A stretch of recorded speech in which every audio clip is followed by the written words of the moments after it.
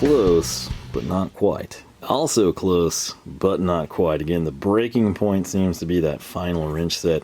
Yes, I know that tray is empty, but it would be the stubby tray.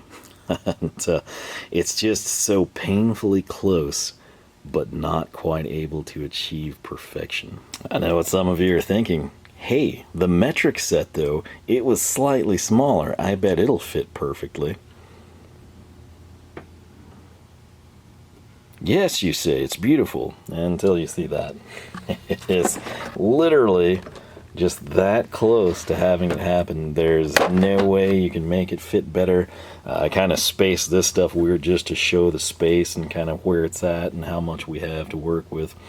Now the good news, you could totally ditch the trays and make everything happen. In terms of fitting the full set, that would be interesting, but I've just gotten so accustomed to that setup that I showed you when we started with the lids on, so I can slide stuff across the top, and it's also super efficient because I can stack things.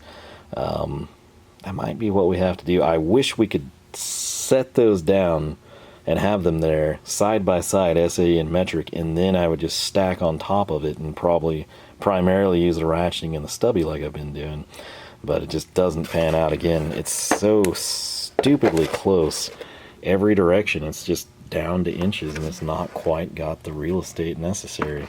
So, I'm not gonna lie, this is one of the big reasons the Maximizer appeals to me.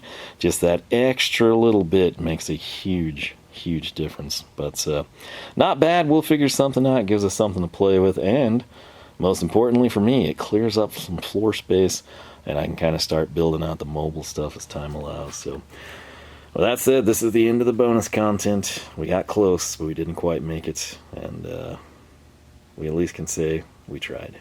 Did you really think we were done? Because if so, you don't know me very well. Now, check this out. It's all in there, and you're like, well, you cheated, you stacked it. And more observant people are like, wait, there's no wrenches there. That's because, going back, just super old school, not even the most recent releases, watch what we've done. Where this tray does not fit, you can kind of see the overlap there.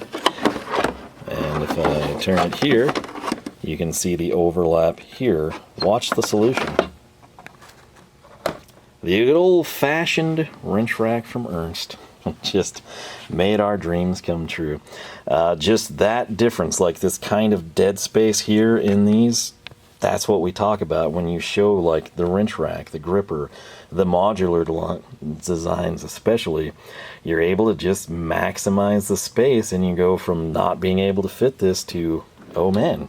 And in fact, if we put all of this in similar racks or organizers, we could get even more space. Case in point, think how small that stubby organizer I had was. And now picture, instead of doing like a wrench rack or the gripper, going with the new wrench products from Ernst. That said, this is very viable. This one's super convenient. You just lift out. However, if you're like, man, I would love that if I could just pick it up and go, use the gripper. The gripper gives you the grab and go abilities. You've maximized your space. You're sacrificing one plastic tray. You might be like me and kind of be like, you know, I know they're not the most efficient, but I sort of dig them. Boom. That fits everything. Do with it what you will. But yeah, so there is the standard rack from Ernst, making a big difference in this drawer. And I know what you're saying. Do the same thing, but with the SAE. Oh, disappointed, aren't you? So, there it is again, just painstakingly close for making it work in a variety of different fashions. Obviously, the dream setup, in my opinion, would be kind of ratchet, fixed type of a thing, right? But what can we do? Alright, so how does SAE work out? Oh, what a troll.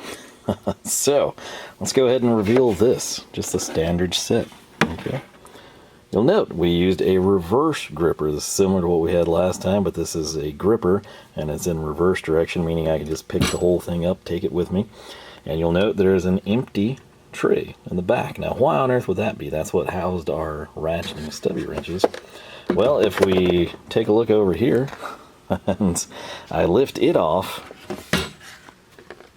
Yep, that is everything that was in this tray, that tray, and that tray, all right here, which previously would have occluded all but that space. So you get the idea. There is still some potential. You've got to make the decision. Do you want to cram more into it, fit more things more efficiently, or do you like the plastic tray? And there's no wrong answer, but this kind of shows you if space is at a premium or you're trying to maximize things. It's pretty viable. So with that said, I've got to now tear this down and put everything back where I had it because I was happy with that setup. But I think I had enough free ones to do this and maybe one or two stubbies. But I got to tell you, that's a pretty slick little setup there. But again, it's up to you. You know, do you want like just the visuals of the plastic tray? Do you hate the plastic tray visual? Do you prefer this? Do you want the wrenches angled or facing a certain way more than the other? Again, note these are almost more, not full vertical, but closer to it than the tray, and a lot closer to it than the gripper. The gripper just always seems to put the wrenches in an almost ideal position. But yeah, didn't intend to do like a wrench organization and cart update type thing for the wrench drawer, but why not? Alright, so like I said, that was just a fantastic deal on those wrenches, and we'll see what we do with them. We might put them elsewhere, we might stick with the setup I've always been rocking in here, might upgrade it. We'll just have to wait and see. And in terms of the mobile setup, stay tuned.